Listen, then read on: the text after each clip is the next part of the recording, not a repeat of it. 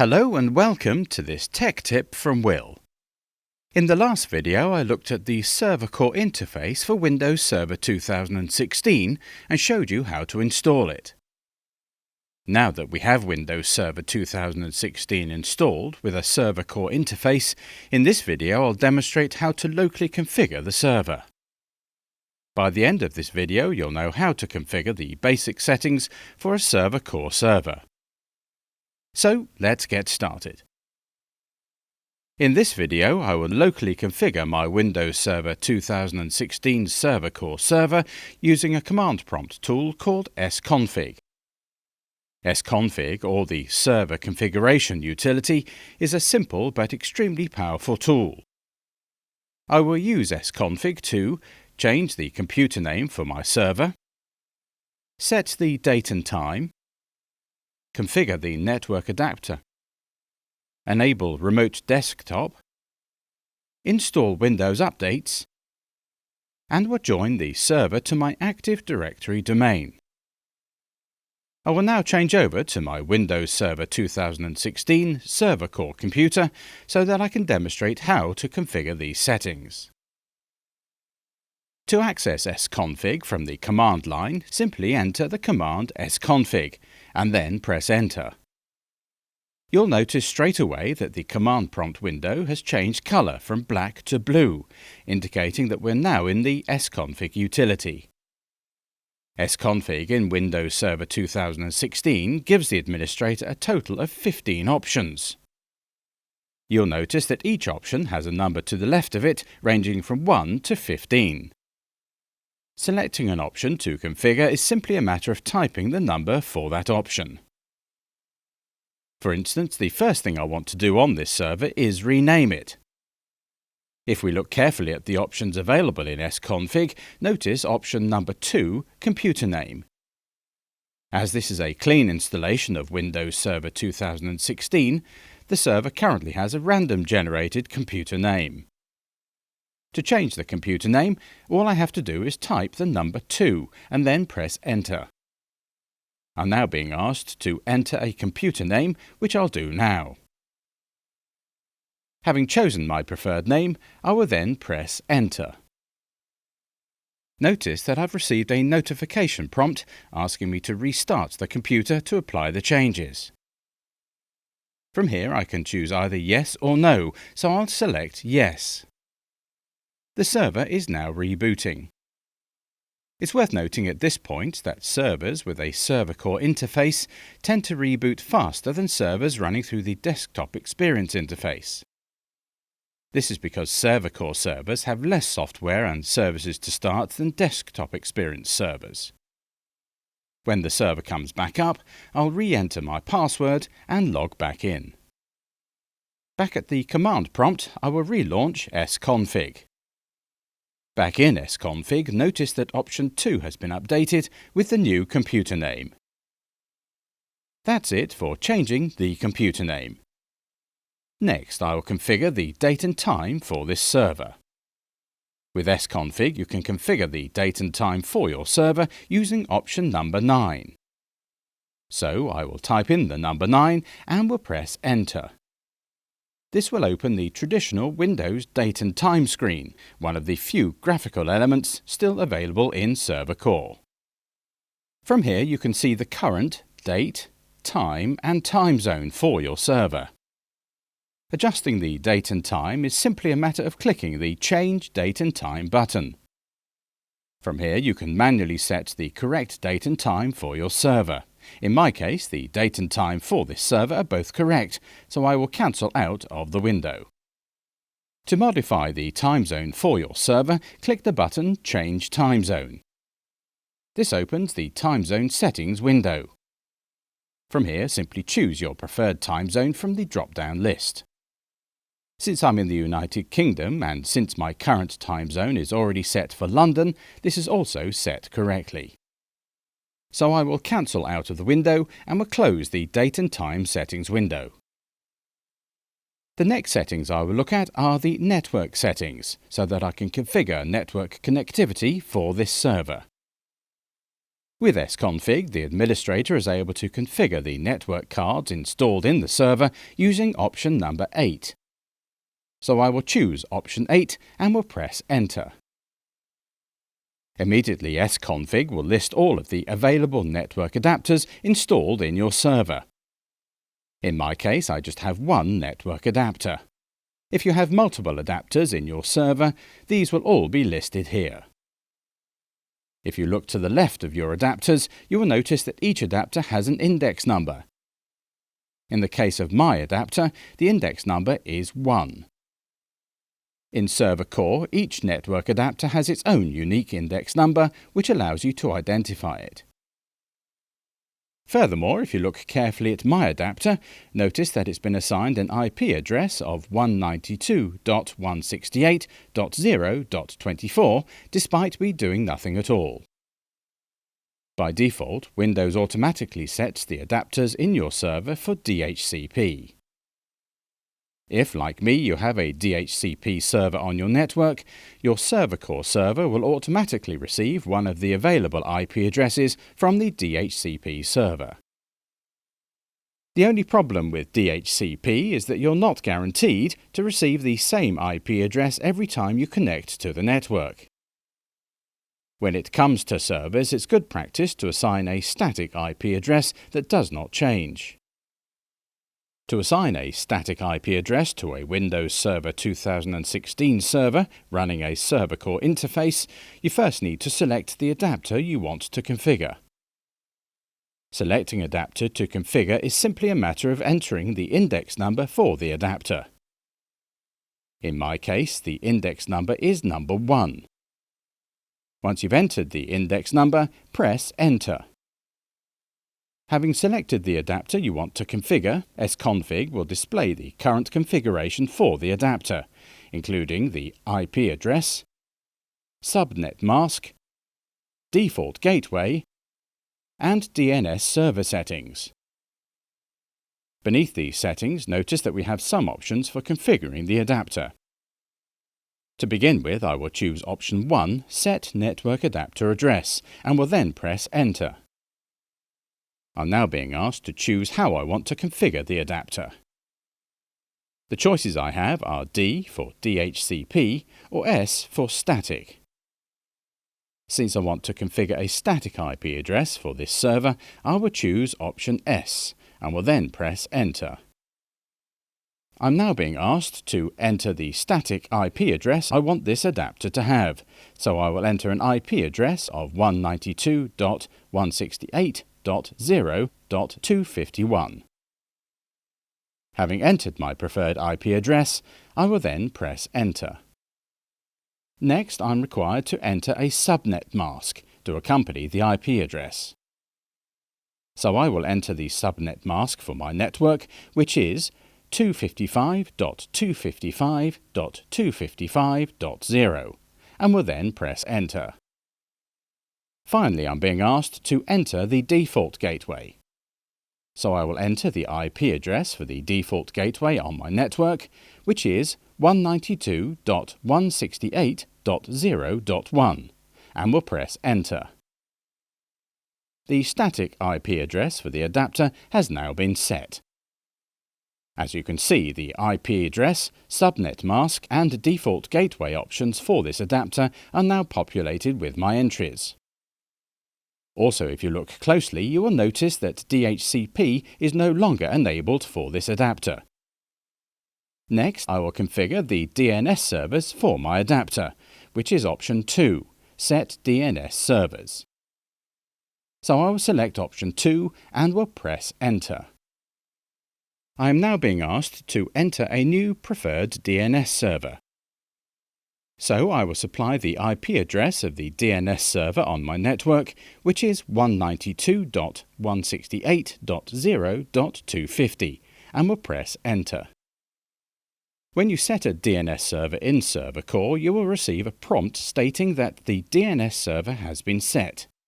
So I will acknowledge this prompt by selecting OK. Having acknowledged this prompt, I'm now being asked to enter an alternate DNS server. If you have more than one DNS server on your network, supplying an IP address of another DNS server is essentially a form of redundancy. Should the preferred DNS server not be contactable, DNS queries will be forwarded to the alternate DNS server instead. In my case, I just have one DNS server on my network, so I will leave the alternate DNS server blank and will just press Enter. My adapter is now fully configured, so I'll now select option number 4 to return to the main SCONFIG menu. Now that this server has network connectivity, the next task is to enable remote desktop on this server.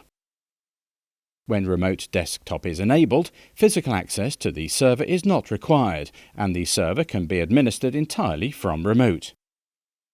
Remote desktop is configured using option 7 in SCONFIG and is disabled by default. So I will select option 7 and will press Enter. From here we essentially have two choices, either E to enable remote desktop or D to disable remote desktop. Since I want to enable remote desktop, I will type in the letter E and will press Enter. Next, I have to choose the level of security I want for remote desktop. The choices I have are 1. Allow only clients running remote desktop with network level authentication, or 2. Allow clients running any version of remote desktop.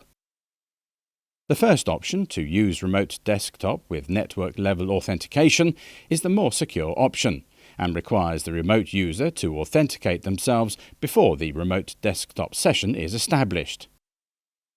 So I will select option 1 and will press Enter. Once remote desktop is enabled, I will receive a notification prompt confirming that remote desktop is enabled for clients only running remote desktop with network level authentication. So I will acknowledge this prompt by selecting OK. Notice on the main SCONFIG screen that the status of remote desktop has changed from disabled to enabled for more secure clients only. Next, I would like to patch this computer with the latest Windows updates so that I can protect my system from the latest vulnerabilities.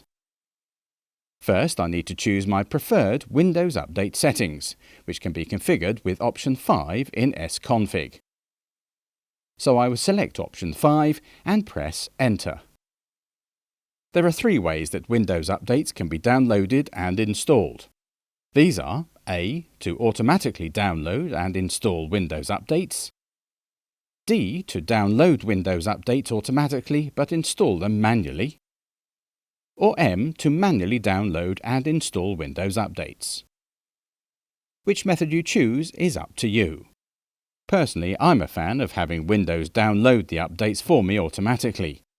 However, I also like having the ability to install these updates at a time of my choosing.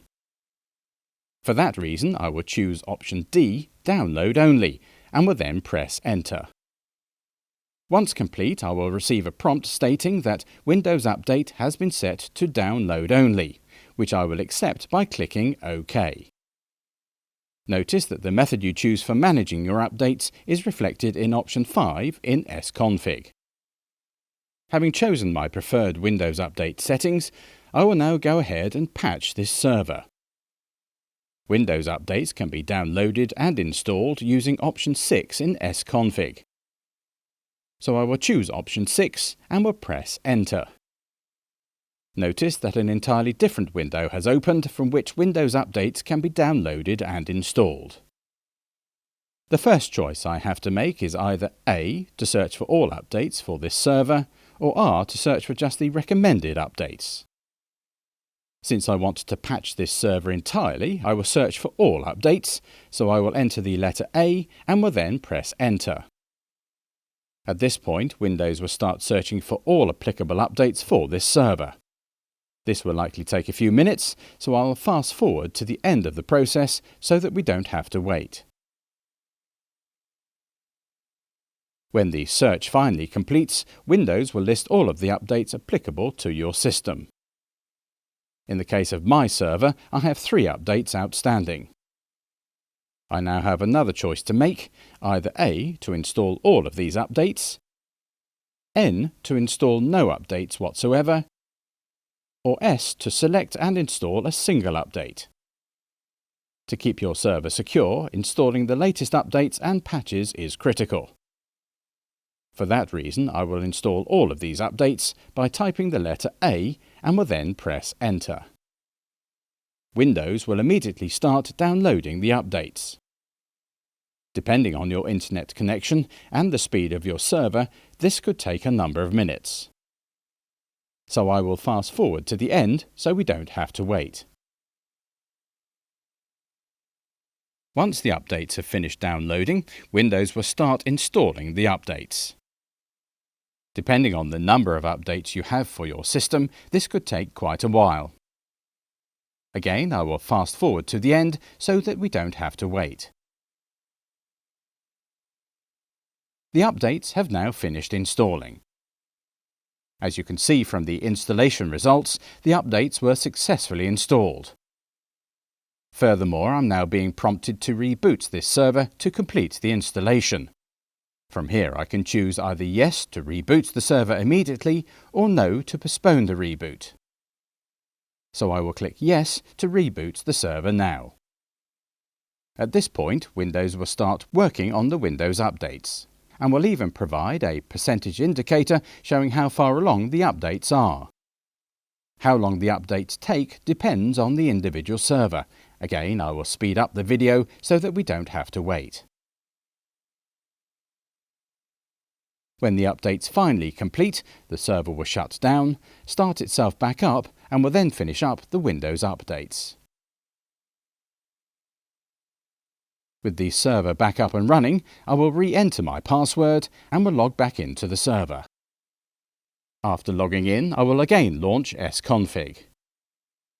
The final task I would like to show you in SCONFIG is how to join a server core server to an Active Directory domain. On larger networks, joining your server to a domain is extremely common so that they can be centrally managed. You can join a server core server to a domain using option 1 in SCONFIG. If we look at option 1 now, notice that my server core server is currently part of a work group, which is the default. To join this server to my domain, I will enter 1 and will then press Enter. At this point, I have a choice of two options, either D to join the server to a domain, or W to join it to a work group. Since I want to join the server to a domain, I will select the option D and will then press Enter. The next step is to provide the name of the domain I want to join. In the case of my network, the name of my Active Directory domain is techtipsfromwill.local. With the domain name entered, I will press Enter. To join a domain, you're next required to enter the credentials for an authorized user account that has the necessary permissions to join computers to the domain. In my case, I will provide the username for my domain administrator account, will press Enter, and will then enter the password for the account. Although I have in fact entered my password, notice that the password is not displayed on the screen. This is essentially a form of security and is designed to help protect the passwords for your domain. With the password entered, I will press Enter to continue. At this point, notice that I'm being asked whether or not I want to rename this computer. In a domain environment, all computers that are members of the domain will typically follow some kind of naming convention to make them easily identifiable. This is why I'm being given the opportunity to rename the computer again. In my case, I'm happy with the name of this computer, so there's no need to change its name again. Therefore, I will click the No button. Notice that I'm now being prompted to reboot the computer to complete the domain join. So I will reboot the computer now by clicking the Yes button. The server is now restarting. When the server comes back up, I will enter my password for the final time and will log back in. To prove the domain join was successful, I will relaunch SCONFIG. If you once again look at option 1, you'll see that the server is now in fact part of the techtipsfromwill.local domain. That covers how to configure a Windows Server 2016 server core server locally using SCONFIG. Now that our server core server is installed and configured, in the next video I will look at how server core can be managed from remote, beginning with the Remote PowerShell tool. I hope that you've enjoyed this video from Tech Tips from Will. For more Windows Server 2016 training videos, check out our YouTube channel. And remember to subscribe to our channel to be notified of new videos when we release them. Many thanks, and we'll see you on the next Tech Tip.